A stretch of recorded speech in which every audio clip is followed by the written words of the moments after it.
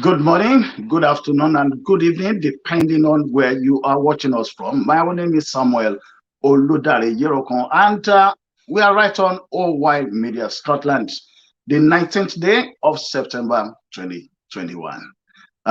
If you've been following us, we always have our main guest. That is Alagba Femi Odedeyi. For those of you that don't hear Yoruba, that is Mr. So the Yoruba word for Alagba is Mr.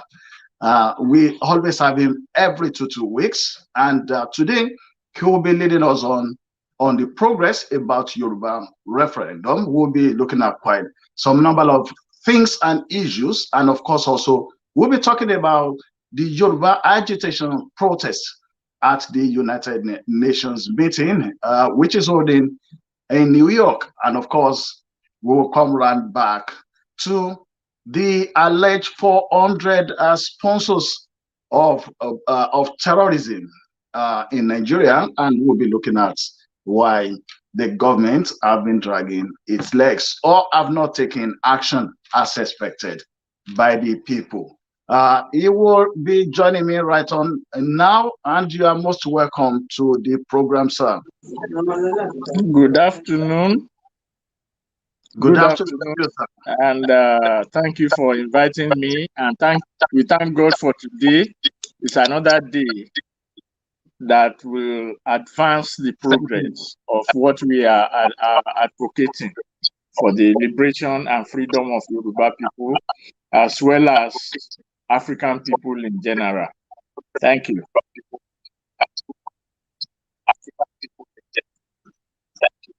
Yeah, you are most welcome, sir.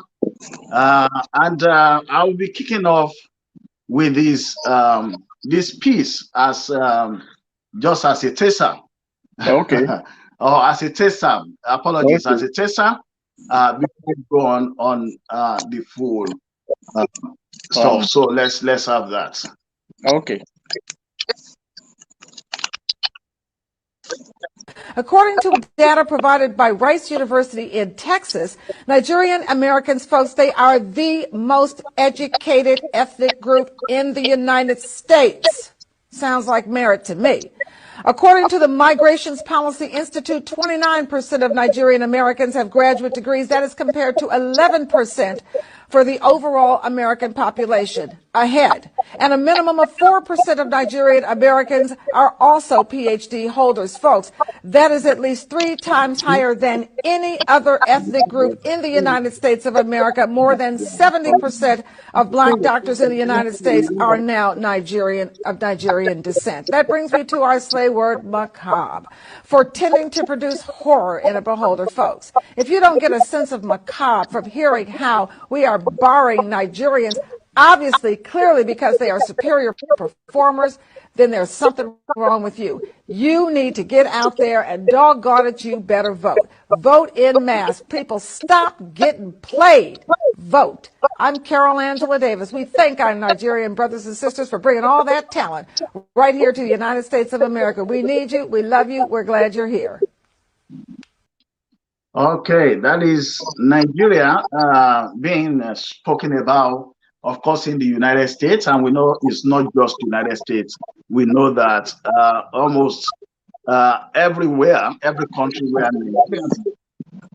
people have been able to pick out their high value, not just in educational sector, but also in the financial sector, as we have had, and of course, very importantly, in electoral value.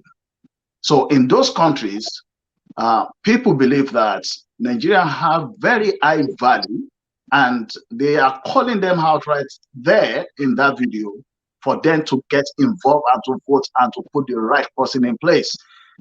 Now, my first question, sir, is why is it that Nigerians are having so high values and the diaspora in other countries, but when it comes to the values back home in Nigeria, we are not seeing the impact of this high value, the high value quality of Nigerians in electing the right individuals for good governance? Thank you. It's very simple. On the one hand, in the diaspora, the whole essence of democracy was and continues to be built around the worth and the value of the individual and the contribution you can make to that society. So everyone in that society makes his or her contribution towards the uplifting of that society, because without it, that individual cannot prosper, as it were.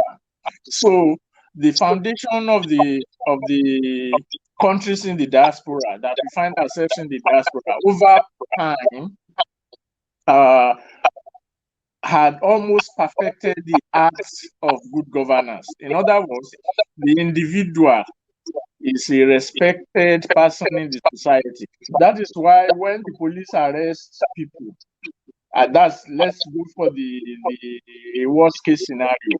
When they arrest people and they put them in handcuffs, you don't see the police parading them and calling the media to come and look at the criminals.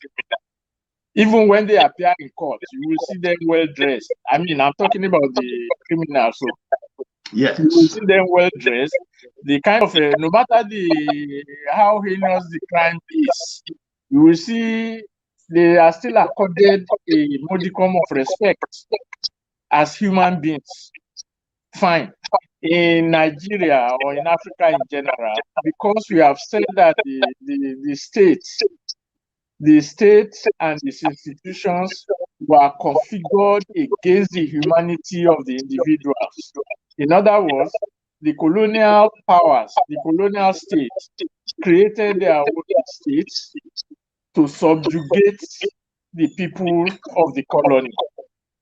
To subjugate them means to dehumanize them, to dehumanize them. And therefore, when independence came and such a structure is retained, the continuity of that dehumanization is what we are witnessing. So that was why when many of us, I like to use the expression, run away. Many people don't like to use that expression, but that's the reality. We somehow find a way out. Because our basic inherent humanity is against the dictates of the colonial states. That was why we could not, despite the economic strangulation and all that, we could not find ourselves sustaining ourselves in that environment. So we have to find a way to get out, to get to a place where we can manifest this inherent nature. So by that, it also then allows the colonial states to perpetuate itself. So what you now find is that every time the state degenerates more and more into barbarity. So when people are arrested, you find them, they will strip them half naked, invite the press to come and they will say they are parading them. Although I think they are making use of measures to stop that practice. They will be parading them, they will, all kinds of stuff like that. So the basic issue is whether our humanity is respected by the state that is expected to govern us. So what now becomes a value is not the human interactions, it's not our humanity, it is what is dictated by the state. And that is dictated by those who control the state. So now they now say before you become president, you must have 500 billion naira. So they created a system that will self-perpetuate, so that before you get into anything, you must become part of that system. And by so doing, you not only perpetuate it, you also dehumanize the people in there. And those who are lucky to escape, to run away or to move away, now find themselves in another environment, a completely different environment, where they are worth. Because a politician, even for a council seat, in a county government or in a city government Yeah. values the worth of each individual. So they will explain who they are, what they are putting to do, and all that and all that. Many of the city planning commissions in most of the cities and stuff, before they embark on any development in the city, they will organize public meetings where people will make their introduction. I remember they have a purple line, a metro purple line somewhere between Montgomery County and Prince George's County, around the Washington DC area. Years before they started construction, they were sending letters out to residents of the area to make their views known about the impact of that construction, despite the fact that it's economically viable and it is also a necessity. They still ask people to make their views known on the impact of such a construction on the environment, the impact on prices, that is home prices, the impact on the physical infrastructure in the environment, and all things like that. So, of course, that doesn't mean that there are no, like we have witnessed in the United States and in the UK with Brexit and stuff like that, politicians of different fields will always try to manipulate whatever exists to suit their political choices or their political fancies. They will do that. But the point is, as they are doing it, the people are also protecting their own inherent goodness. So they are able to manifest it. They are able to sustain it. So that's the difference that I see. That while it's not automatic, it didn't come automatically to the, let's say, the United States or Europe or anywhere in the diaspora that you find ourselves. From their histories, we recognize the kind of political and economic battles that were waged before they arrived at this point. But once they arrived at that point, they are still continuing to ensure that all those things, because they are, like in the United States now, they are trying to roll back a lot of things in terms of citizens' rights and voting rights and electoral rights. But again, there's also a pushback by the Biden administration to ensure that those things are not rolled back. So it's a continuous process. The thing is that it is easier to advance such things in diaspora because there's an established norm that even those who are opposed to your inherent values will also have to pretend to be protecting it. So they will have to couch their language in a form that is acceptable to everyone. Unlike in our own case, it is just brute force. It is brute force because it is an inheritance from colonial rule, and the people have no say and no stake in the architecture of their own governance, despite all the so-called elections that they hold. Okay, thank you very much for that, sir. Before I allow you to go off that segment of the question, yes. Some people are of the opinion that the Andrews must go. I know you live outside the country, and the same with myself. And some people believe that it was actually the Andrews who should have actually bring those values into Nigerian politics, but because they left the country, they actually left governance in the hands of the worst people. Do you agree with that? Yes and no. Yes, in the sense that, of course, they left a vacuum. Because one, they are mostly educated at whatever level. They have a sense of worth, a sense of worth. So with all that, all they were, it is yes in the sense that with all that they have, they couldn't push it through. They allowed what I would call the forces of evil to take over by running away, by escaping, by looking for quote unquote greener pastures.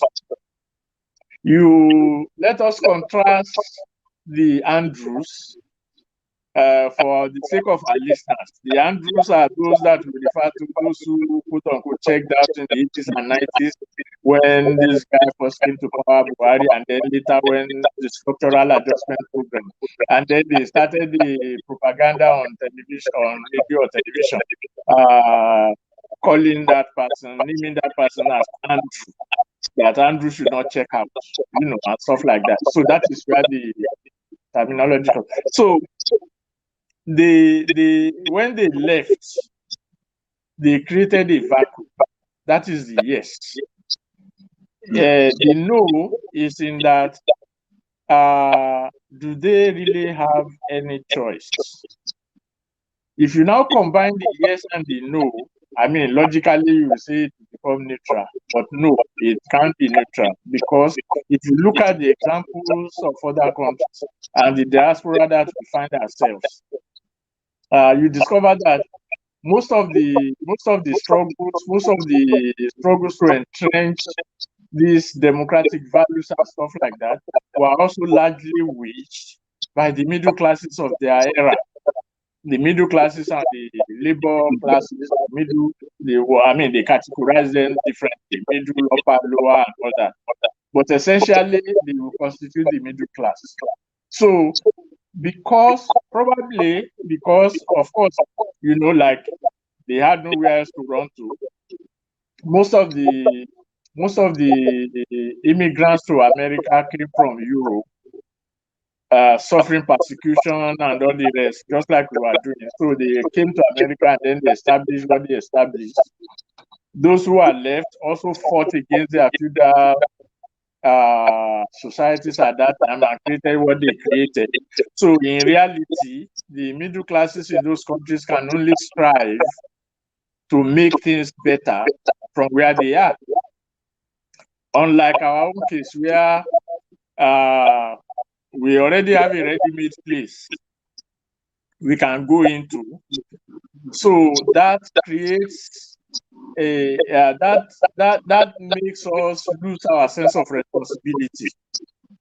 So that we now, instead of, yes, they left Europe, some by force, some by choice, and then came and created it, but they had a responsibility to themselves, to their societies, and to posterity, to history, as to who are they in this world. In our own case, despite the fact that the earlier, I won't call them Andrews because they didn't run out. They are our elders who came abroad from the colonies to study in Europe. They took what they could in Europe and brought it back into the colonial, anti-colonial movement. And that is why you find that most of them, they are studied in somewhere in Europe and all that. And then they became champions of anti-colonial rule based on the knowledge they gained and the experience that they had in the colonial mother country. So they came back and then established all these things. In our own case, it's like we are shirking our responsibility. Let me put it that way. We shirk our responsibility in the sense that once we have made that escape, well, then the country can go anywhere it wants to go to. There is a caveat. When the Abacha military regime became unbearable, those in the diaspora, especially from the southern parts, the western part especially, were very vocal in opposition to that military rule. Unfortunately, they were not able to become a dominant part of the then imagined political structure.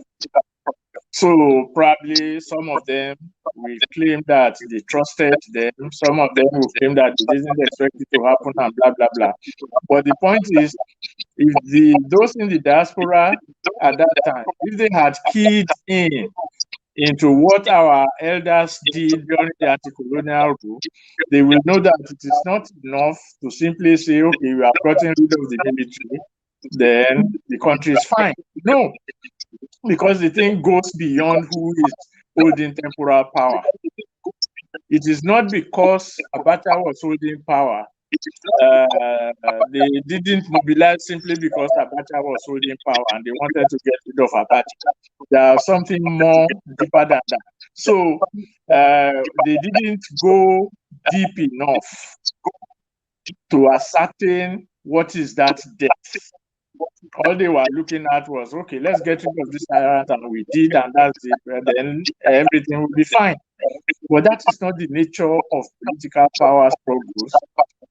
And it is not even the nature of the establishment of our humanity, because your humanity depends on the structure you establish to sustain it. If you can't establish that structure to sustain it, whatever values that you hold, something else that is contrary, which is what we are experiencing, that is contrary to your humanity, will take its place. And that is what we are suffering now. And then you discover that most of the Andrews are from the southern part of Nigeria, either the west or the east, mostly. And of course, like you said, they excel in whatever they do, no matter what it is that they do, and all that, and all that. And we, celebrate them, we're proud and all that. But the point is, what is the value of your humanity if your human abode, your basic human abode is destroyed, and then you find solace in being an accomplished person abroad? That was the dilemma that was faced with our elders when they went abroad. They came to Lincoln, Nkrumah, and all the rest, Lincoln University. Some of them went to England to train, Awolowo, Obaditomas, and all the rest of them.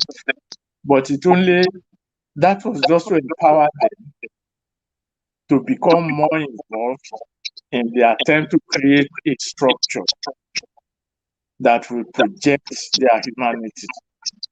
And that is what is missing in our case today. Okay, thank you very much. In addressing that, do you think, sir, that the proposal that Nigerians in diaspora should have the right of vote, do you think if that comes into play, it would redirect our people in the diaspora to getting involved in elections and governance back home? Could it have any impact? I don't think so.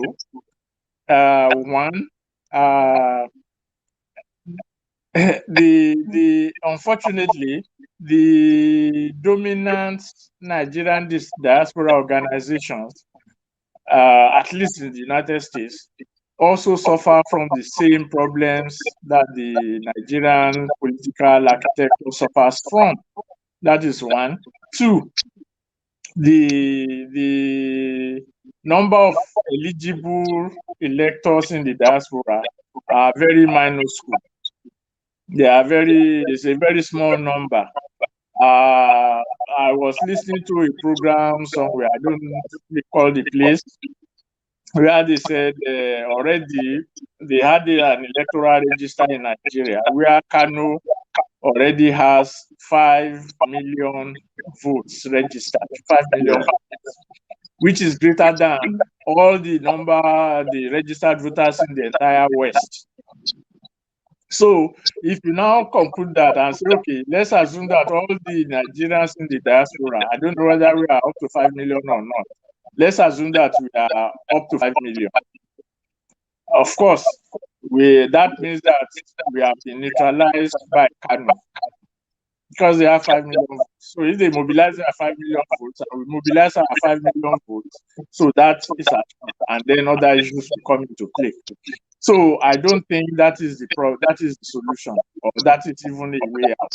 Yeah, If they want to fight for it, they can fight for it and gain it and vote. Yeah, fine. But the problem is not about voting. Voting is just an issue that we'll come back to later. The problem is your fundamental right to exist as a people, as a nation. That was why I started with the notion of the state. That when the state structure that was created and assembled by colonial power is reinforced by the Africans that took over, that state structure was meant to dehumanize you and de-emphasize your humanity. So one of the things that you use is your language, which we have talked about. Other things are, your social values, which again is tied to the language, because with the language, there are certain things you will do that will caution you from doing bad things just by thinking about it in your language. So all these things we are on the verge of losing. So what I will expect those in the diaspora to do is to see how they can reconnect with their homeland and see how they can reestablish a new form of state identity for their people, which has nothing to do with voting.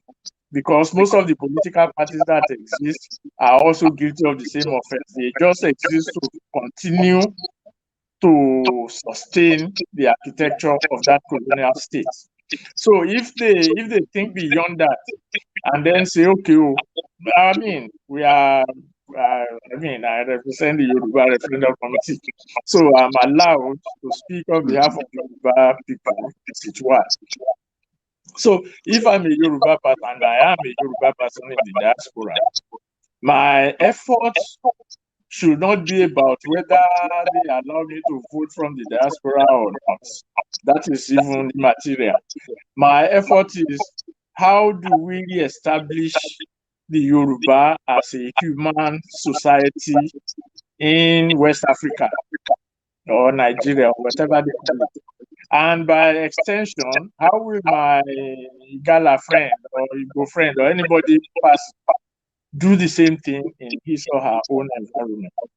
So when the time for voting comes, yeah, I may not vote. That is immaterial. But the import of my intervention is on getting that transformation to take place.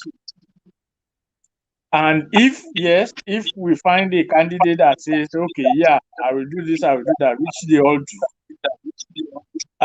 do we have the capacity to call that candidate into question if he fails to do what he promised to do? If so, what are the sanctions that you can place on that person? Practically none, because we are in the diaspora. They expect, sometimes they say those in the diaspora are ATM machines to those at home. But here is a candidate who will come to the diaspora to woo you, whether you give him money or not, but you vote for him anyway. But the guy has probably gone to borrow some billions of naira from somebody to get him into office that he can use to fight his opponents. So how do you control, or how do you challenge such a person if he or she fails to abide by his promise? No. So rather than waste money and energy on what they call diaspora voting, they should concentrate their money and energy on re-establishing the humanity of their people in their homeland. And that is a big challenge. If our elders that came abroad before us under colonial rule did not make that transition or that sacrifice, we won't even be talking as we are talking today. So the responsibility for the diaspora is greater and much more fundamental than just electronic voting or electronic voting. In an election that is already pre-arranged, I mean, to even start talking about electronic voting, you have a census that claims that some places are more populous. I mean, which we don't even need to argue about. So why should we even bother ourselves with that?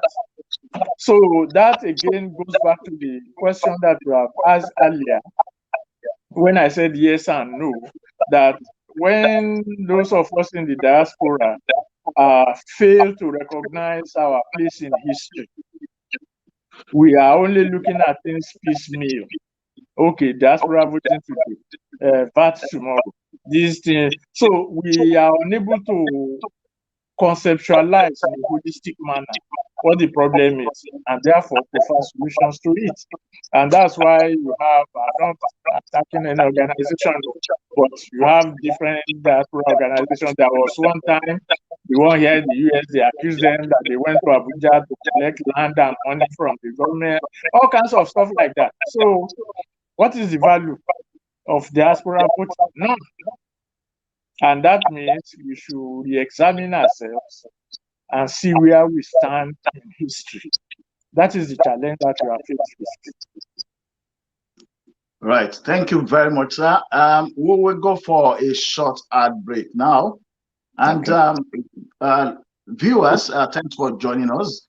I'm still with Alagba Femi Odediyi, but after this short ad break, we'll be coming back to continue discussion on Yoruba Referendum progress. Do stay on with us. OYTV.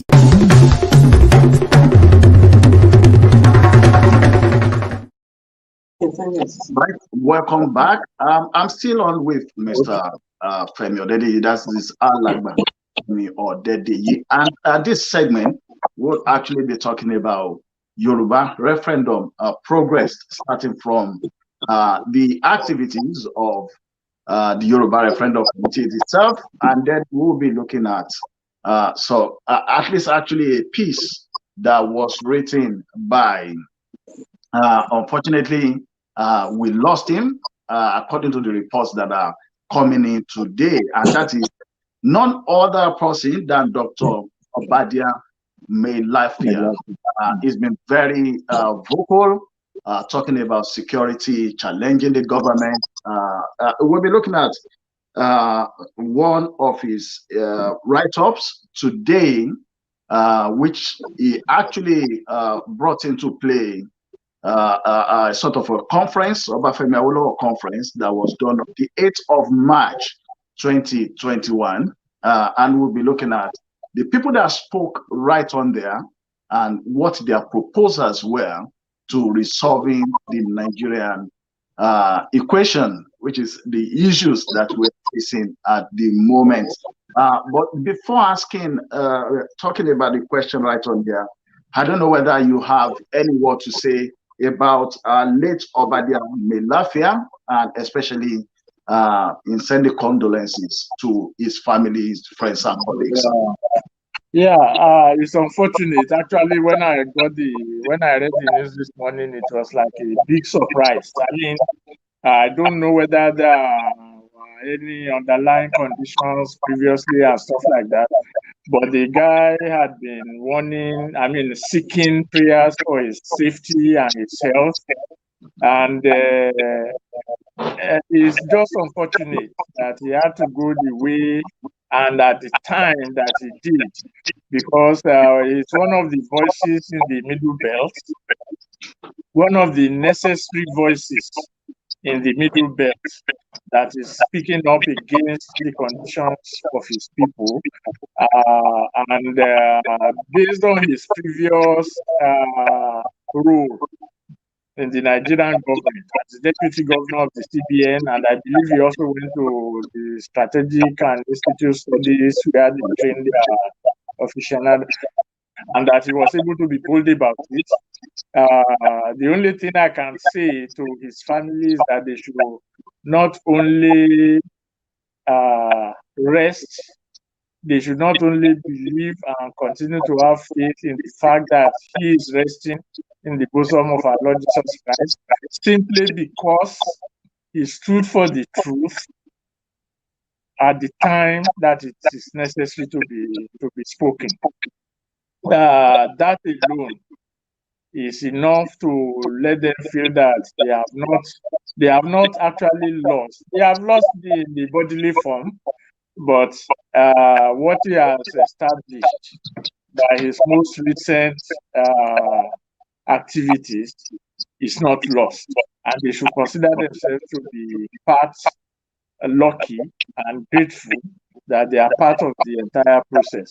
Yes, there's a time to die, there's a time to live, and there's a time to mourn, and there's a time to be happy. So there is always this. So once we recognize what time that we are in, that will allow us to deal with the situation as it is. So I will just ask them to take heart,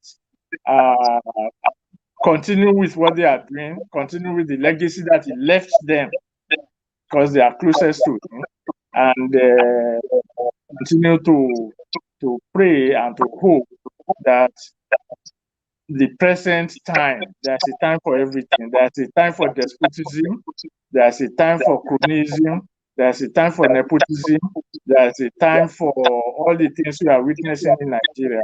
But then the word of God says there's also a time for peace, a time for joy, a time for victory. So there's a time for oppression, there's a time for victory. So they should, it's very unfortunate, but yeah, we will continue. Thank you very much, sir. Our condolences to the family, colleagues, and friends of Dr. May Lafia, and we ask that may so rest in peace. So I'm picking this from, because this was actually written by him, and he was able to state the proposals by different persons during the last conference, Obafemi Awolowo conference. And I'll pick those things one by one. I know that we will still find a time to actually look into what Chief Obafemi Awolowo will have done if he's alive. At least we know his legacy, we know his policy. So to an extent, we should be able to project what his reactions would be towards the current challenges in the country, but we will set a day aside for that so that we can deal with those things properly. But right on from this piece by late Dr. Obadiah Lafia, it started with the former Secretary General of the Commonwealth of Nations. Of course, that is Chief Emeka Anyaoku. And from Chief Emeka Anyauku's position, he believes that currently Nigeria is facing a deepening poverty and worsening insecurity. And he believes that anybody in his right mind today in Nigeria, whether in or out of Nigeria, anyone in his right mind should have no problem with the fact that things have gone dangerous worse than it was before. And on his own proposal, he believes that a stable, united, and prosperous country will be beneficial to all, rather than a fractured one. However, he believes that there is a sort of over-dominance of the federal center at the expense of the federating units. Now, he advocated the Indian model of federalism instead of the American model that we seems to be adopting now, and people have even queried that what we claim to have copied from America, we are not even practicing it. So I will ask you to take it on from here, from Chief Anyaoku's position that we should go towards the Indian model of federalism rather than that of America. Is this something you agree with, sir? Let me say again, yes and no. Yes, in the sense that, well, it's an alternative. He made an alternative proposal. That's as far as that goes. No, in the sense that how long are we going to be continuing to look for answers? The Yoruba say that what you are What we are looking for in a faraway place is already at your fingertips. So that is my no, and it's a big no. I'm not saying we should not look at examples. I'm not saying we should not study examples. I'm not saying we should condemn one or the other. What I'm saying is that we are Africans, one. Two, we have suffered over 500 years of dehumanization in such a manner that we are not even able to address our own issues from our own experiences. Now, by that, I'm also not saying what they call a homegrown this, homegrown that, and all that. No, that's not what I'm saying. What I'm saying is simply that let us recognize ourselves, the solution, the simple solution to it, to recognize ourselves as nations that we are. That is the fundamental problem in Africa, that the nations are not recognized as nations. The nations do not recognize themselves as nations. Therefore, they look for state structures to regulate their affairs. If we recognize ourselves as nations, we are Yoruba. That's why we keep telling our own agitators when they say Yoruba nation now, Yoruba nation now. We are a nation already, created by God, if you can even extend it that way. We are a nation. What the problem is that we are looking for a structure that will regulate the relationship among the nations, that is the nationalities in Nigeria. So when we get to that point, whether it is Indian or it is American or anything, if it is not commensurate with the natural and inherent humanity of that nationality, then it is a no-go area. So if we say, okay, the Indian experience, the Indian structure, yes, they have their regions, of course, there's a dominant, and that's a major reason why we shouldn't even go. There's a dominant national, cultural, lingual structure in India that is almost 90% Hindi. So what they did was to accommodate the smaller groups and then the regions and even to create regions for them, or to create their own states or regions in India, also still require the concurrence of their national legislature. So I think about 2 or 3 years ago, they denied some people the right to form the region or something like that. So, and of course, we know the experience of the US. You are simply migrants who came there and then decided that, all the land that they occupy should become a federation. So in our own case, because again, we refer to ourselves Yoruba tribe, Igbo tribe, we are tribe. These are things even Chief Obafemi Awolowo had addressed since 1945 or 1947 in his book, The Problem with Nigeria, or something like that. So once we recognize ourselves as nations, we can negotiate with other nations how we want to govern ourselves. Now, whether we bring a completely new structure into being, which is not impossible because things happen every day, or we try to mediate, find an aggregate among existing structures and then come to the realization. Yeah, we can do all that. But the moment we parcel it out, let us copy this or let us try this example. We are not Indians. I mean, basically, we are not Indians. And this has nothing to do with being anti-Indian. We are not Indian. I'm a Yoruba man. I'm not Indian. We don't practice the caste system in Yoruba land. Yoruba have no caste system. So why should I now go and expect or import a system that favors or reinforces that system into my own community? So what we should do is to say that yes, I'm Yoruba, but I'm also a global human being. So I recognize all these experiences. But the first thing to do is, even whether it's going to be Indian or American, am I recognized as a human being in the entire process? That is what is missing.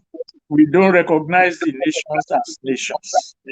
And until we do that, no matter which model because there's no Yoruba model anywhere in the world that, so it is only in Yoruba land. So, and no Igbo model anywhere, no Igala model anywhere. And of course, there's no African model anywhere. So it is what we make of it. And that comes from the recognition of who we are as human beings. Okay, thank you very much. So, in your view, you believe that the foundation, even if anything is going to be laid after as the superstructure, we have to get the foundation. You have to get the foundation right. Yes, yes, we have to get the foundation right. Okay, so in that conference, other people spoke, including the Sultan of Sokoto, Muhammadu Sahad Abubakar, who talks more about ethno-sectarian suspicions and provocations by people who believe that's the problem of the country, while we have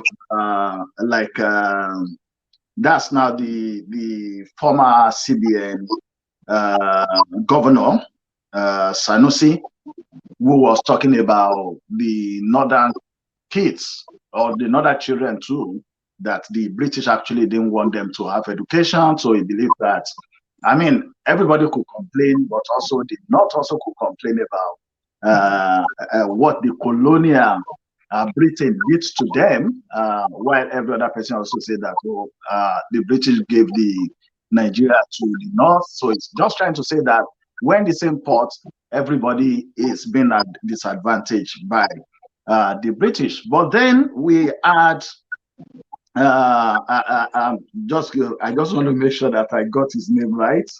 At times you get his name, you can just mention without actually following the right pronunciation. Odia Ofemu, the guest lecturer at that conference, and he happens to be the secretary to Chief Obafemi Awolowo. And I'm actually going to read out what he said, because he believed that, yes, Nigeria is worth fighting.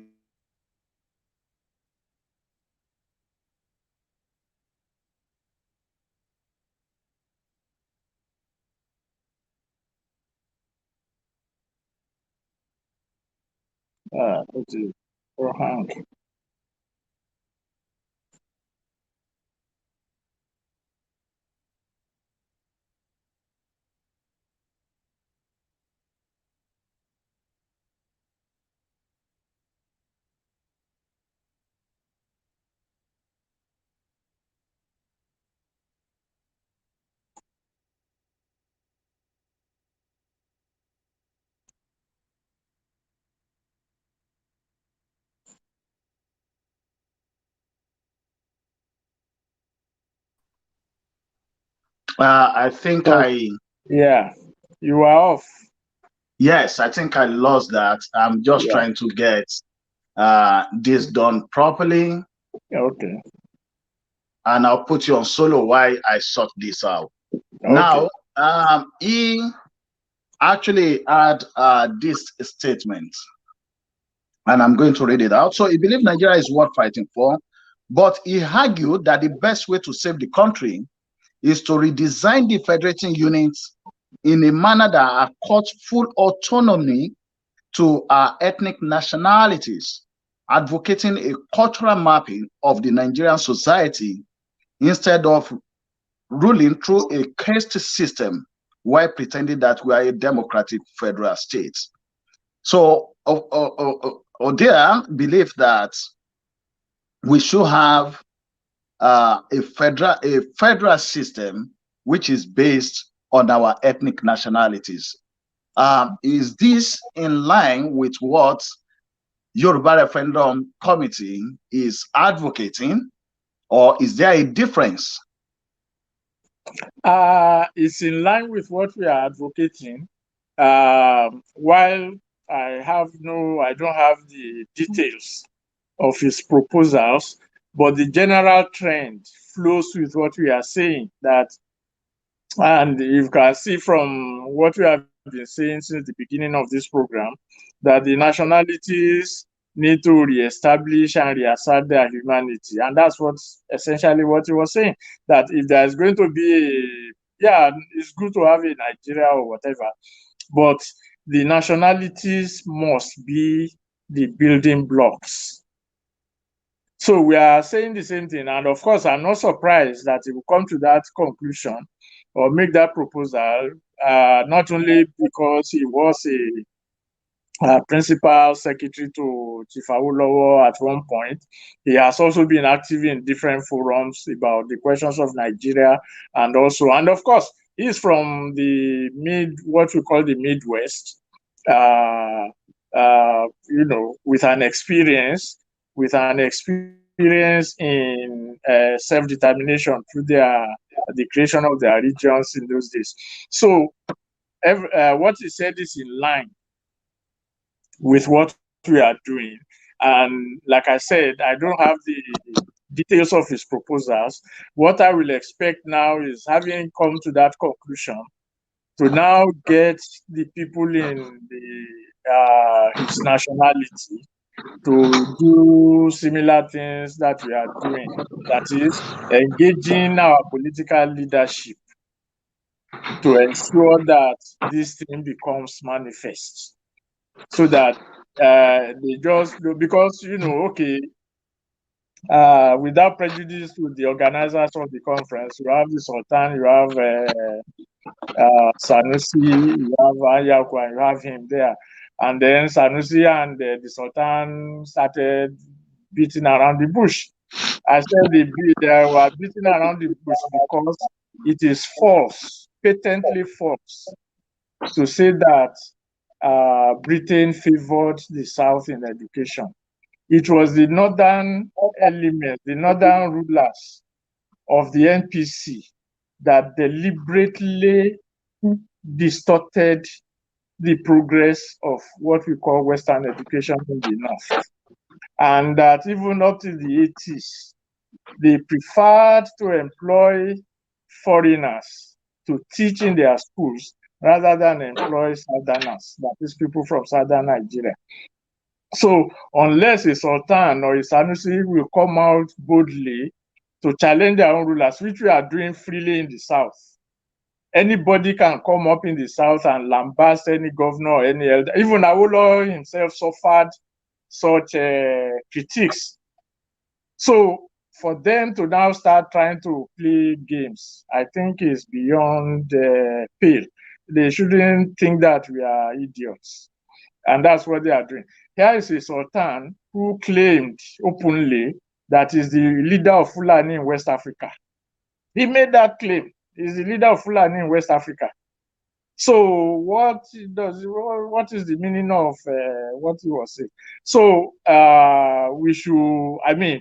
that's it, by the way. I'm not attacking them or insulting them, but that's just by the way. But essentially what I'm saying is that it is good that Odeofemu's views corresponds with us. What needs to be done is to see how we can advance those views, not only in Yoruba land, but also from his own side, and all those who agree with those views, to make sure that they make, just like I critique the Sultan and the Tina, that they should take on their leaders. It's the same thing with us, that yes, this is how we think this thing should work. So it is now our responsibility to engage our leaders, the political establishment, in whatever nationality we find ourselves, to make sure that we put this thing into operation, and not just an academic exercise where we will be arguing with anybody and then it will die there. Meanwhile, power rests in their nationality.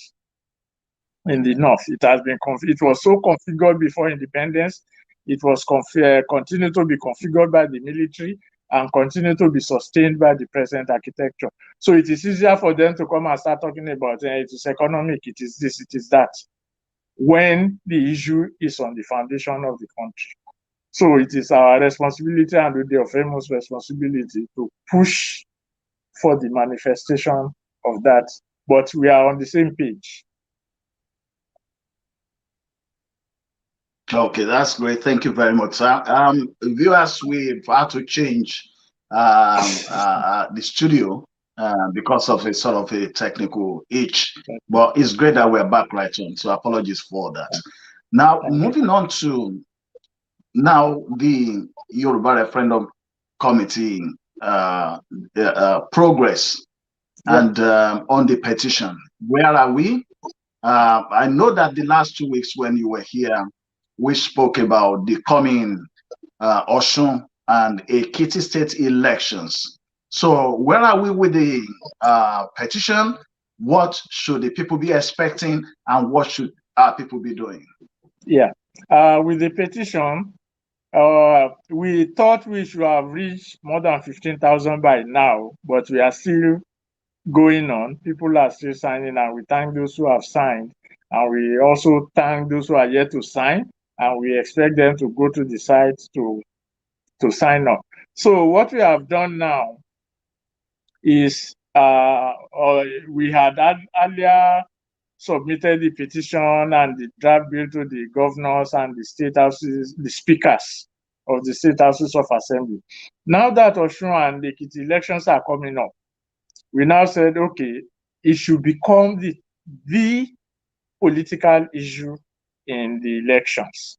So to start off, we distributed or submitted to each member of the Osun and the Ekiti state houses of assembly the copy of the petition and the draft bill for a referendum.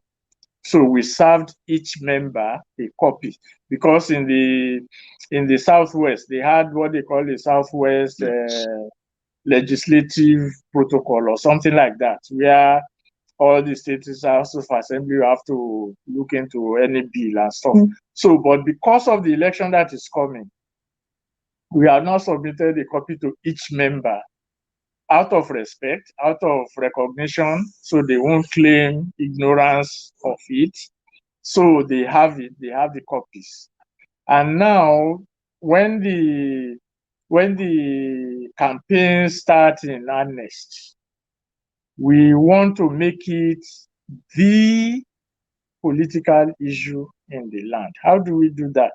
We have to mobilize our people towards that effort, that no governorship candidate from whichever party will have to take a stand, open stand on it. This is not a question of wait until I become governor, let me win first. No, it's already on ground. Yes or no? Tell us whether you stand for it or you stand against it. And if you stand against it, you have to explain your reasons. So that means there has to be continuous engagement with the political parties and the election. So one of the things we are planning on doing, of course, we need to reach the people one way or the other through various means. In a sense, a more robust utilization of the social media, not in terms of just posting stuff on Facebook or so, but in a sustained manner that will focus specifically on the Yoruba referendum and its necessity for Yoruba people. And it will be a targeted campaign, and we are hoping and we are expecting that we will be able to reach the people that are necessary, that is the voting population, the people that are going to be voting in the elections, and the candidates themselves. And of course, the other parts of Yoruba land, but we want to focus on Ekiti and Osun and make it the political issue in the land, in the election. Yeah, thank you very much for that, sir. So now let's go before we Okay, thank you. So people should be expecting, apart from signing, that they should continue to sign the petition, which is heading towards 11,000 at the moment, but also they should be engaging with the political actors, both the party and the candidates that are presenting themselves to them for election. Like we said yesterday when I was at a program, the time of the Bokega. I can't hear you. I can't hear you. Finish your sentence. No, I was going to say. Are you hearing me, sir? Yeah, I can hear you now, but I haven't heard what you have said. Can you repeat yourself? Are you hearing me now? Yes, I can hear you now. Okay, are you hearing me now? Yes, yes. Mm-hmm. Are you hearing me now? Yes, I can hear you now. You are not hearing me. Can you hear me now? Okay. Can you hear me now? You shake your head. Yes, so I was telling people that they need to be engaging with the political actors. Yeah. I'm hearing you now. Okay, all right. Yes, yeah. I'm hearing you. Okay, that our campaign will be focused and targeted. I'm hearing you. Okay, that our campaign will be focused and targeted strictly on the importance of that referendum and our roles in it. And it will be a Yoruba Referendum Committee message that we will be delivering at intervals. So it's going to be a focused thing, and all those who have signed and those who are yet to sign will have the. So that's why I said it's not going to be the standard social media intervention. It will be, we will utilize social media, but in our own way, because we want to center on that message.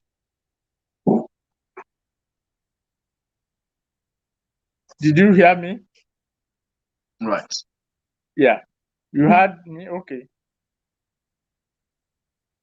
Okay, thank you very much. So, so I was telling people that it's the time for them now to engage the political actors. So that the time and the season of Dibu Koshebe has gone. If the people are actually looking at changing what we have at the moment. So now they need to make a demand on the potential candidates for election, right from the councillors to the chairman or chairwomen, to the governors, that it's time for them to take a stand and to make demands on those candidates. Yep. So people should continue to sign the petition. Yeah. They should continue to engage with the political actors, and they should also be looking forward to messages and materials or resources from Yoruba Referendum Committee. Do I get those right, sir? Yes, correct. Okay, correct. Great. Yeah. So we'll continue to spread that petition for the Yoruba Referendum Committee. So quickly, before we leave this segment of referendum, we know that Ninas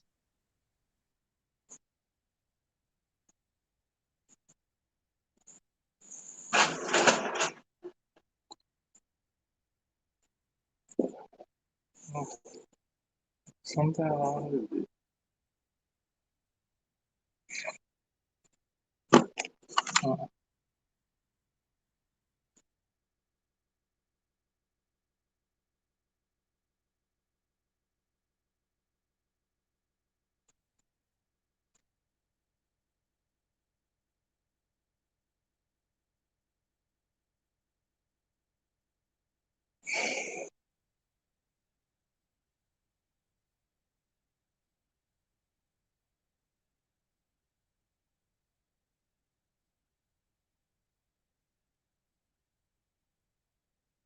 Are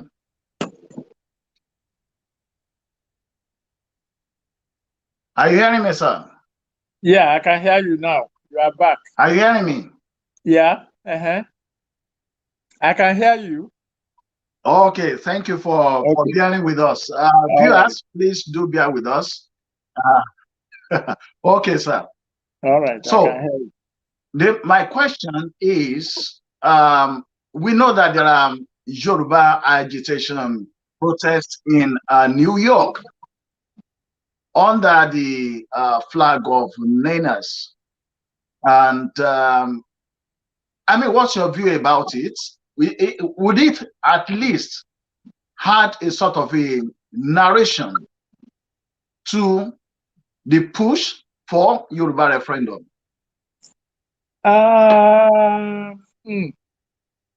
That will be difficult to judge in the sense that I don't know whether you got me, sir. I got your question. Can you hear me now? Can you hear me?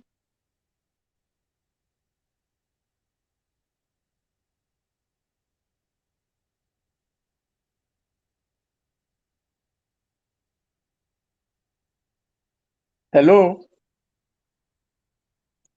Maybe I should leave and come back now. Yes, continue, sir. Can you hear me now? Yes, I'm hearing you very well. Continue. Okay. Continue with All right. your... Okay. It will be Go difficult on, sir. Okay, it will be difficult to judge. Go on, sir. I can sense... hear you. Okay. We're hearing you. Okay. It will be difficult to judge. Yes, we're hearing you, sir. Okay, I'm continuing. Okay. It will be difficult to judge. Yes, we are hearing you. Okay. All right. Let me start again. It will be difficult to judge. Can you hear me now? You can hear me? Hello? Can you hear me?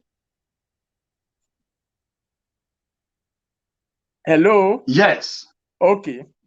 Okay. It will be difficult to judge in the sense that, unfortunately, there's a confusion that has spread around the whole question of the referendum, which is not from us, that is not from the Yoruba Referendum Committee, but unfortunately from NINAS. I mean, I'm not here to criticize NINAS. So, but the point is, yes, while they were talking about a UN supervised referendum for a Yoruba nation to leave Nigeria, one, they have not been talking about a UN referendum to supervise the exit of Igbo nation. No. They only talk about Yoruba nation leaving Nigeria. And then they talk about what they call the constitutional force majeure. They don't believe in the 1999 constitution and all the rest. We on our own part are saying that this is not yet the time to approach the United Nations. That the United Nations will not intervene ordinarily in the internal affairs of any country unless there's a complete and total breakdown of law and order, which is not the situation now. So that difference is the problem, that we are saying, okay, now that the southern governors are utilizing the same 1999 constitution to pass the laws and enact laws against open grazing, on the value-added tax, on internal security and all that. Maybe it is the same constitution that they said they have declared the force majeure on, that these governors are using. When they say there will be no elections in 2023, there are going to be elections in Anambra State in 2021. They are not talking about that. There are going to be elections in Osun and Ekiti states in 2022. They are not talking about that. So that's why I said there is a confusion that is around the whole question of referendum. So rather than when they now embark on the United Nations stuff, well, I mean, that's the way they see it. But we are saying that our own approach is different. that we should hold our local political establishment responsible for the establishment of our self-determination. When we get to that point and they can't refuse simply because they are also under pressure from the Nigerian states, one way or the other. Either they will threaten to remove them from office or they will find an alternative to them and blah, blah, blah. So we are in a symbiotic relationship with the political establishment in our nationalities. And that is where we should concentrate on. When the katakata boss, or like Mbadi way will say, when the corn comes to become, and there's a need for intervention, then we can work that out. So that is where the confusion is. And that's why I said what they are doing at the United Nations may not necessarily translate into advancing the cause of the Yoruba referendum, because they are not talking about the Yoruba referendum that we are talking about. They are not even talking about the Yoruba referendum. They are talking about the UN referendum. And they are two different things, two completely different things. So, yeah, I mean, they can do whatever they want to do at the UN. They have the right to do it. They will continue to do it. And we will also continue to do what we are doing. And I mean, you know, so there's no, but I don't see what they are doing as advancing what we are doing. Rather, I will say that what we are doing is what will advance what they are doing. But there's no contention. We are not contending with them. We are not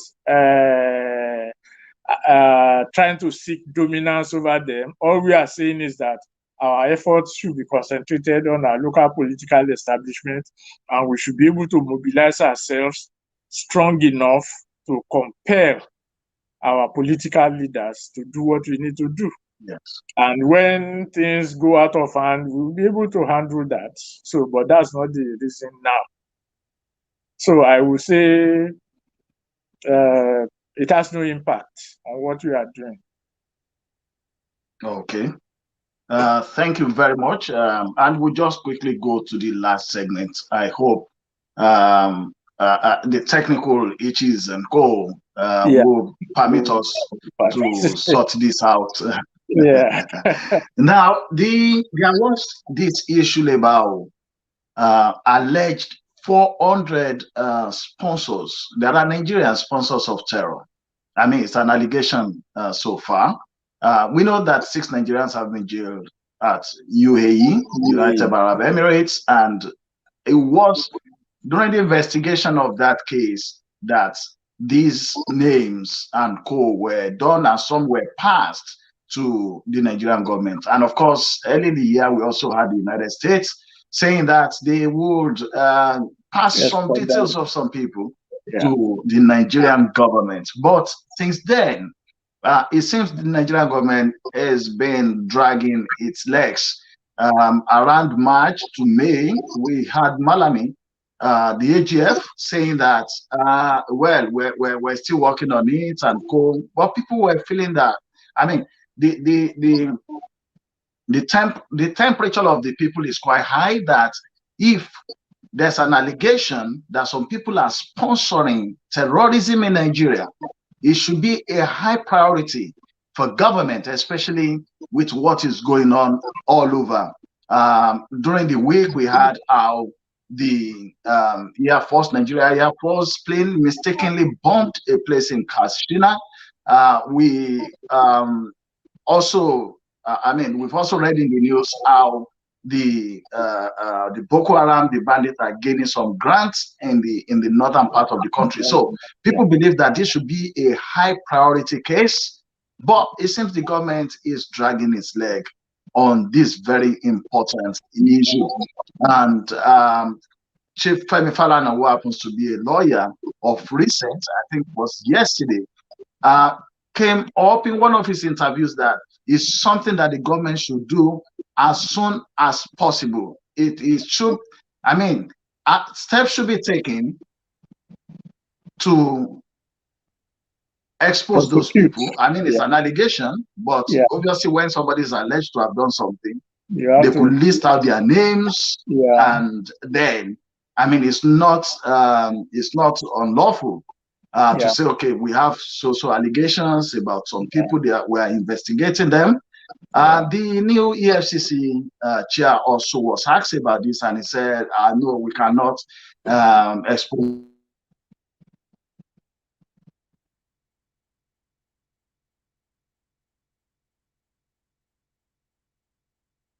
I can't hear you.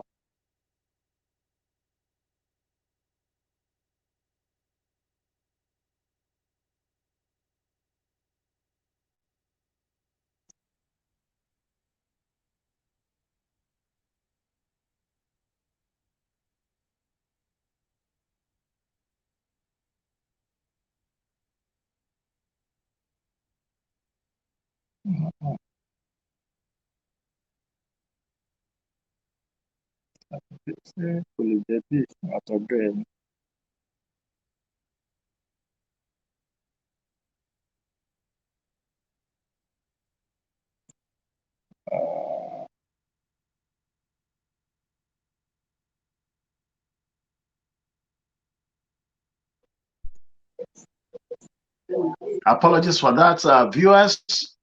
I think it's just internet.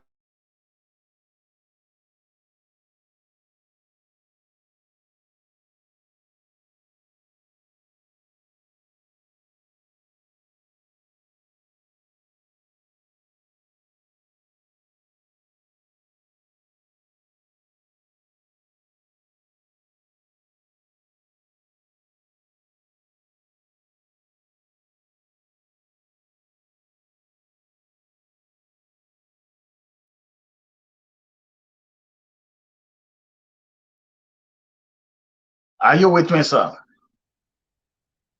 Right. I think that's him exiting. He will come back, and we'll get him right back on here. All right, I'm back. Okay, so we're talking about, is this the way other government deals with issue about sponsors of terrorism? Well, of course not. Maybe in Africa, maybe that's it. Of course, that's the regular way they do it in Africa. But you know, earlier on, we talked about the values of the state. You know, in among the Yoruba, for example, when someone suddenly becomes either wealthy or starts acting out of the ordinary from perceived or assumed social norms, they will start to query that person as, where is this coming from? Where is it? These are values that are absent in the Nigerian state. So if you have, yes, there are allegations from other countries that we know of certain people that are sponsoring terrorism. And of course, terrorism has to be sponsored by some group of people. So there's nothing stopping a value conscious state that respects the worth of their citizens as human beings to say that so and so, A, B, C, and D have been alleged by so and so to be a sponsor of terrorism, and we are going to investigate it. And they begin investigation. And then if they have to charge him or have to court, they do so, and then they carry the case out in court. But to shroud everything in secrecy, as if it's a mystery. Sponsoring of terrorism is not a mystery. It's a reality. It's what we know. Somebody has to be sponsoring them. Yes. So there's no point in any state structure or any state organ or any official of the state to start playing games. And that's what I mean by, you know, again, the essence of the values in state formation. That when you have a country like Nigeria that allows some of its citizens to exist in IDP camps, you have your own citizens that are living in IDP camps, and you call yourself a state. So that means the notion of humanity is absent in that state. let's even forget the question of failed or failing or about to fail state. The point is, it is not a humane and it is not a humanistic state for you to have your citizens who are pushed into IDP camps and then run to the United Nations to come and feed them. So that shows the levity by which, and that is why Yes. such actions fuel the notion that the state is behind the terrorism. That, the late Milafia said that one of the governors is a commander of Boko Haram and all that. That was one of the allegations that he made. And we had Navy Commodore Ola Nemu, right, making similar allegations about the entrenchment of the terrorists within the state apparatus.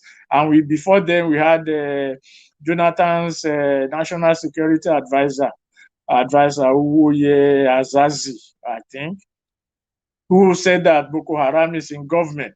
And then we even had, what was his name, Abacha in his time, that says if terrorism lasts for 24 hours, more than 24 hours, that means the government is behind it. So everything flows in that direction. So when the Attorney General now claims that, yes, we have received this thing, we are doing this, and then you try to cloud it, shield it in some kind of mystery, then you are actually telling the people that they don't matter, in the resolution of the crisis. So when we don't know who they are, and then they do some mago and they put some people out, and then they put them up for what do they call it at the police station? They parade them and they say, "Who see you? These are Yes. your terrorists." I mean, for goodness sake, they parade those they arrest at internet cafes. Those that they call Yahoo boys. They go to the hotels and internet cafes. They arrest them. Yes. They parade them. Maybe when they arrest them, it's still an allegation now. When you arrest them, but you parade them, probably half naked. You parade them and then call them. But these are people that are killing people, that are terrorists, that are terrorizing people. And some governments have said that we have their names and we have submitted their names to you, and you are keeping them, putting a shield on them.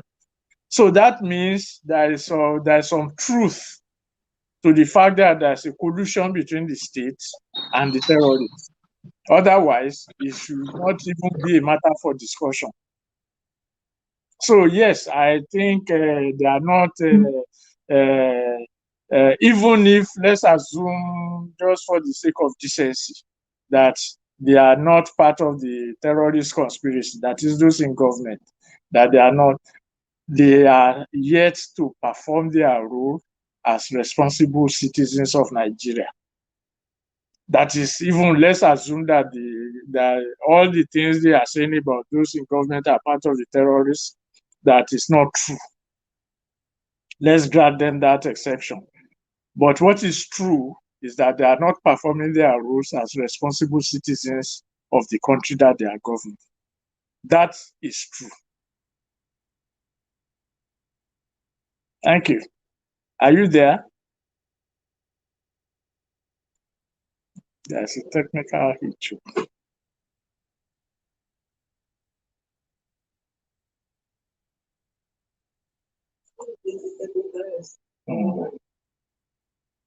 Did you hear everything that I said?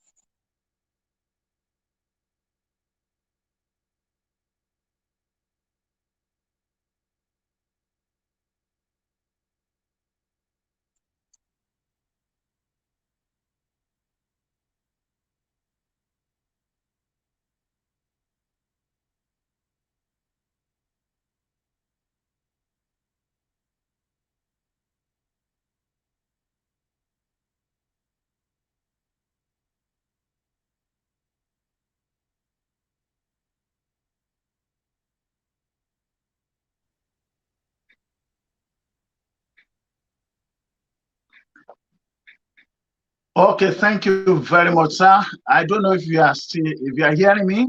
Are you hearing Yes, me, I sir? can. Did you hear everything that I said? Yes, I heard everything you said. Yes, sir. Okay, I'm just hearing you now. I didn't hear you, but I am hearing you now. Yes. So, I mean, you've actually mentioned quite a lot that many people have said. I mean, within the government, they have people that are sponsored Gone again.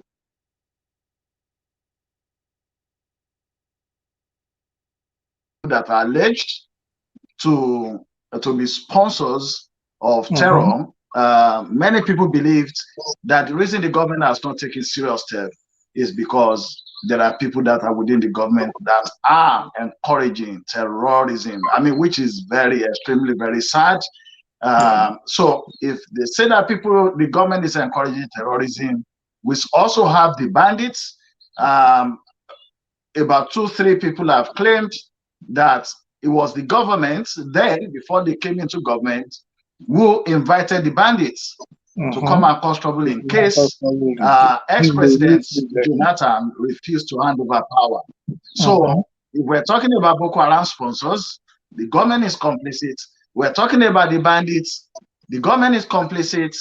Then we begin to look at what sort of government do we have in Nigeria. I mean, just to round up, so because of the bit of challenges we're having with the internet, just to round up, now, if the government is failing, as is being exposed both in the level of poverty in Nigeria as well as the level of insecurity, what would you consider to be the reasons some of the politicians are moving from the opposition party into the ruling party, if the ruling party on all indices have been shown to not be active for the benefit of the people?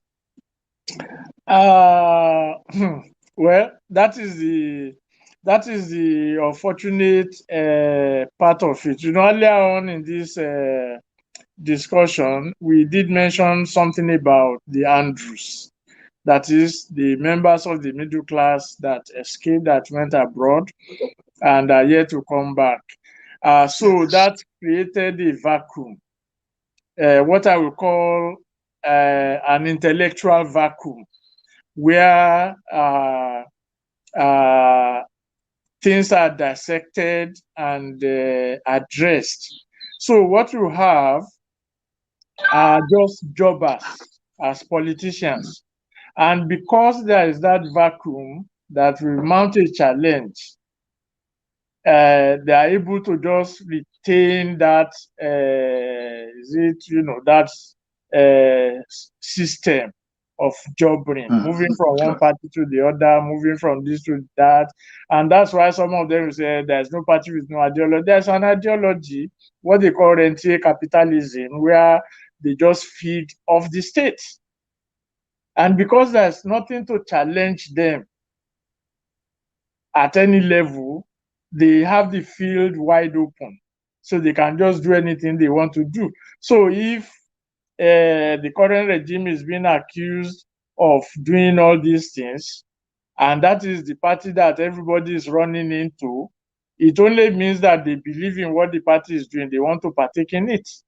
Because the central purse, everything rests with that central regime. So everybody just wants to key in.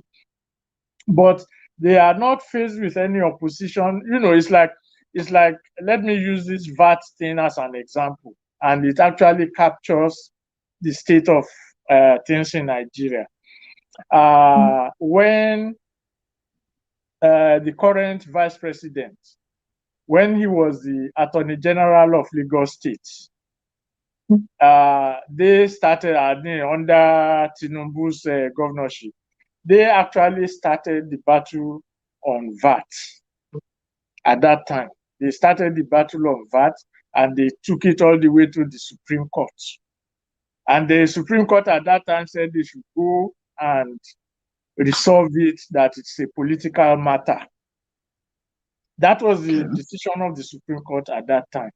And then, of course, between the time that the Supreme Court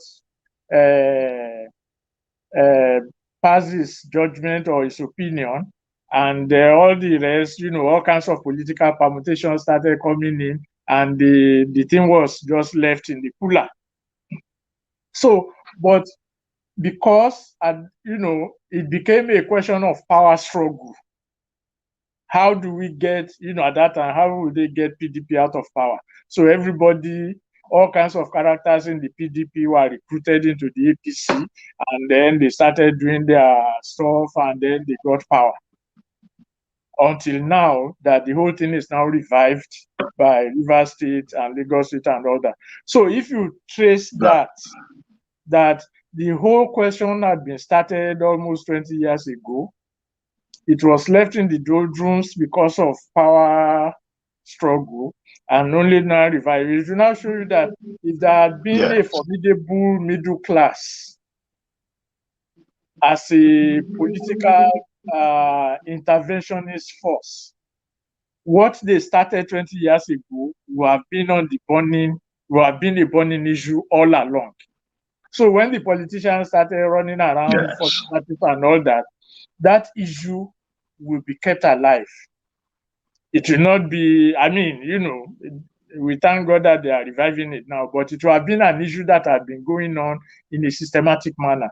People who are making, columnists will write, they will say they are destroying beer bottles in Kano, yet they are enjoying the money from VAT, from beer and all that. That's where it ends. So that is the danger that was created by the absence of that middle class that is alive to its historical responsibility. That if that vacuum is not there, all these things that we are witnessing, not that it won't happen, but it won't take the center stage. Because if the APC, the ACN or AC or whatever, the Oshibaju government at that time, the Bola Tinubu Oshibaju government at that time, had not been involved in all kinds of power struggle, which was okay for them to do. But then there should have been a movement that would sustain all these issues. But there was no movement to sustain it because those who had to channel that intellectual direction don't exist. We exist physically, but we are not on the political turf. And so all you have is rotation, this and that, and they started recruiting each other from one party to the other. We want Jonathan is clueless. Is this? We are accusing him of cluelessness. We are not providing the clue, and so that is the danger. That is the problem that those of us in the diaspora, I won't say we created it, but we fell for it. And we are not able to challenge it and address it. So because these things are, so now that the governors in Southern governors are now racing around to say, yeah, VAT and VAT and VAT and VAT, we are still lining up behind them. Oh, you are doing a good thing. You are doing a good thing. You are doing a good thing. So when everybody runs into APC and then they use some to remove some, they do their political power calculation, we'll be back to square one. Those of us in the diaspora will now be saying, you see, we told them nothing good can come out of that country and all that kinds of excuses. So, that is the connection between the past and the present, our immediate past and the present. And otherwise, all the noise about that should have been, they started it, they went to the Supreme Court with it. That's the Lagos State government. Even then, on the census, when I don't know which regime carried out the census, and then they declared that the North is more populous, the Lagos State government carried out its own census in Lagos State to show the lies of that Nigerian census. So all these things, but the intellectual power to push it is absent. And that is our problem. And then, of course, most of us in the diaspora also line up between one or the other politician. This one is good. This one is a thief. This one is this. This one is that. And then the substantive issues that are on ground will leave untouched. And that is the problem that we have allowed to fester. Okay, thank you very much for that. I know that between now and maybe the end of the year, we'll have had about more, people defecting from one party to the other, cross-carpeting.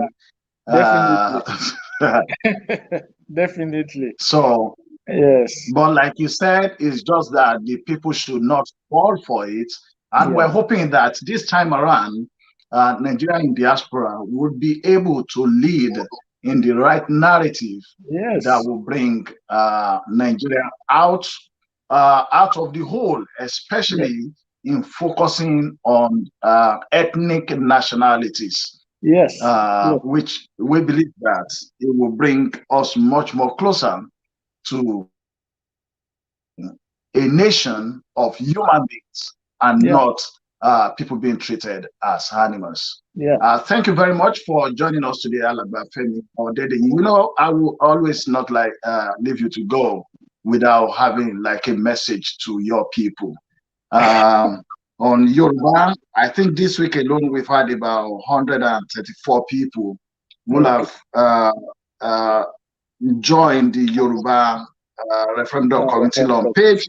And on that now, the likes that we have, those people that are following what is being done right on there, they are over 8,000. So, and obviously this one is live right on there. It's on YouTube as well as on Facebook. So I'll leave you to speak with them for a few minutes. Well, like I always say, this is a big assignment, and I hope that what I will just say is that we thank you again for that. It's not. This is not just a personal mission. It is a social and cultural mission with historical consequences. People have, whether directly or indirectly, people have stood up to what we are advocating. Some have died, like we mentioned, Melafia earlier on. Some are still living. All we need to do is to say, okay, this is the juncture that we find ourselves in the history of our evolution as human beings. What is my role in it? What is my contribution to it? Yes, we say sign the petition is very easy to sign. Okay, so after signing the petition, what happens? How do we ensure that our petition is made actionable? And what do we do towards it? So I believe we all have ideas, we have notions, we have intuitions, and we can always make our contributions to the sponsors, the Yoruba Referendum Committee. These are ideas, these are this, these are that. Let us go this way, let us go that way, and stuff like that. So that also brings in more confidence among the members of the committee that their acts will not be in vain. Everything that we do for the historical projection of our humanity will not be in vain, and it cannot be in vain because we are not in isolation. We are not doing it in abstraction. There are other people that we are also looking at, like we always mention Chief Obafemi Awolowo and all the rest of them, Kwame Nkrumah and all the rest of them, that they did what they needed to do at the time, at their own time. And we are building on what they did so that those who are coming after us will be able to build on. And for those in America, probably in other parts of the diaspora, when there is a crisis within the American political firmament, some of their leading lights will always refer to what they call their founding fathers. They will say this is not the intention of our founding fathers. Why would they say that? They were not alive then now, but they relied on the physical manifestation of the ideas of those founding fathers to propel them towards resolving the problems of today. And that is how I think we should look at ourselves, that yes, we have our own, what I call elders, our founding fathers. Someone used the expression recent ancestor for them, that they are very recent, but they are ancestors. So we are building on that, and we are sure that what we are building on will create an additional layer for those who are coming to build on, so that the progress continue. And more importantly, we are the only people in the world, the African people, that are at the lowest rung of the ladder in human progress, no matter how we cut and slice it. That alone should give us a cause for concern as to what we need to do and how we need to do it to overcome that historical obstacle. Thank you.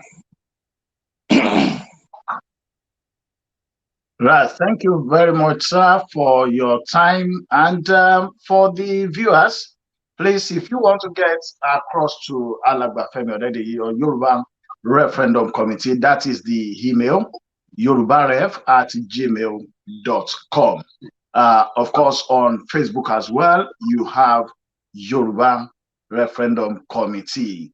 If you search that on Facebook, you get right on there, and you'll be able to read all the resources that are right on there. Remember, keep signing the petition, and of course, very, very importantly, because the politicians will be seeing you soon. You know, it's around the time every 4 years they come around to see you. So make sure that you are fully prepared for them. Make a demand that will give your children the sort of future that you want. It has to start one day. And that is how other nations in Europe, especially the United States and UK, like we always say, people want to run to UK, want to run to America, to Canada, and all that. But these nations were built not because the politician can just do whatever they want. They were built through agitations. The agitations by the people. The call for fairness, the call for justice, the call for equitability. That is how those societies were built. So, and Nigeria and Africa will not be an exception. So it's time for us as a people to rise up and to make that demand. And picking up from the word of Alagba Femi Odedeye, the first thing and foremost is to let people know that we're human beings. And that's the reason why we need that focus. With all this restructuring that is being spoken about, it shouldn't just be restructuring about resources or state police, but it should actually be the restructuring of accepting each ethnic nationality as a people. And that is the only thing that will ensure that one ethnic community will not wake up one day and start killing the others, and they will take it as being a norm, even coming on the media to threaten, just like we had about a week ago, while a group was threatening the southern governors in banning open grazing. I mean, you couldn't have that for people to say that, no, you can't block your land from cows eating your farms and destroying your community. And if you try to block us, we're going to deal with you. We are going to be violent with you. One will expect that a responsible government should have taken a step to arrest those type of people. And that comes right to the Sultan. That piece that we read during the conference of Chief Obafemi Awolowo, where he was talking that people were obviously making some inciting statements. Now, are they also looking at those incitement that is coming from the northern ethnic group? Yeah. So thank you very much, Alàgbà Fẹ́mi Ọdẹ́dẹ́yì. We know we're going to see you in another 2 weeks, and hopefully start preparing for us on that topic. What would Chief Obafemi Awolowo do? What will he have done if he's alive and we are faced with this situation? So, regards to your family and your professional colleagues. Thank you very much. Thank you very much. Thank you for this platform. And like I keep saying, God will continue to bless you and your efforts, and will make the platform achieve the purpose for which it is set up, and that you will not have any cause to doubt or to regret your efforts. Amen. Thank you. Amen. Thank you. Àmín àṣẹ. Àmín àṣẹ. Okay. All right. Okay. All right, sir. All right. Yeah. Okay. Okay, sir. Right. Thank you very much for joining us today, and great apologies for the challenges we had with the technical issues. Of course, it's stable now, but in the course of the program, there were some times that it was just going off and on. So we'll definitely work on that. And remember, you can join us on Saturday at 3 p.m. There are a couple of Saturdays. If you follow us on our Facebook page, and that is OY Media Scotland, when I, as your coordinator, with a program discussing about Nigeria, I always share that on Facebook. So you mostly see me with Mr. Timitokwe Olodo, who happens to be a security expert. No, most times I'm on that program every Saturday from about 5:30. Right on OY Media, Ololade Maja, your brilliant and wonderful presenter, is preparing to get back on with our guests. So stay on with us on our Facebook. You get information about that. Also, you can check me out on Instagram. It's Samuel Oludare Yerokon. That's my name. Check me on Instagram. You also have that information there. And of course, this program is going on live on YouTube at the same time as we are on Facebook. And of course, we are spreading the tentacles. Thank you very much for joining us today. And until next Saturday, when I will be seeing you, please do stay safe. And of course, maintain the protocol for COVID-19. God bless.